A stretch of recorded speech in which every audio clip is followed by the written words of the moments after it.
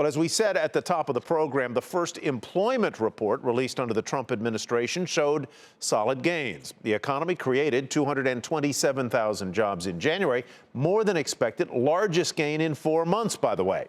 The unemployment rate did inch higher to 4.8%, but wages rarely budged, rising just 0.1%. And as Hampton Pearson reports, the latest report points to a tightening labor market.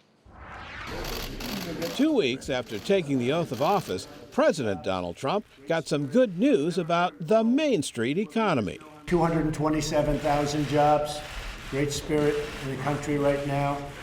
So we're very happy about that. I think that it's going to continue big league. We're bringing back jobs. We're bringing down your taxes. We're getting rid of your regulations. And I think it's going to be some really very exciting times ahead. Headline unemployment went up to 4.8%. But that was because nearly 500,000 people who had been on the sidelines started job hunting in January, enough to boost the closely watched labor force participation rate to 62.9%, the highest since September. There's more momentum in the economy, and I think it predates the election. I think we have seen, it was a convincingly strong jobs number, both in the establishment survey and in the household survey. The private sector led the way, with employers making 237,000 new hires, and the job gains were widespread. Retailers adding 46,000 employees, construction up 36,000 new workers, restaurant and food services another 30,000.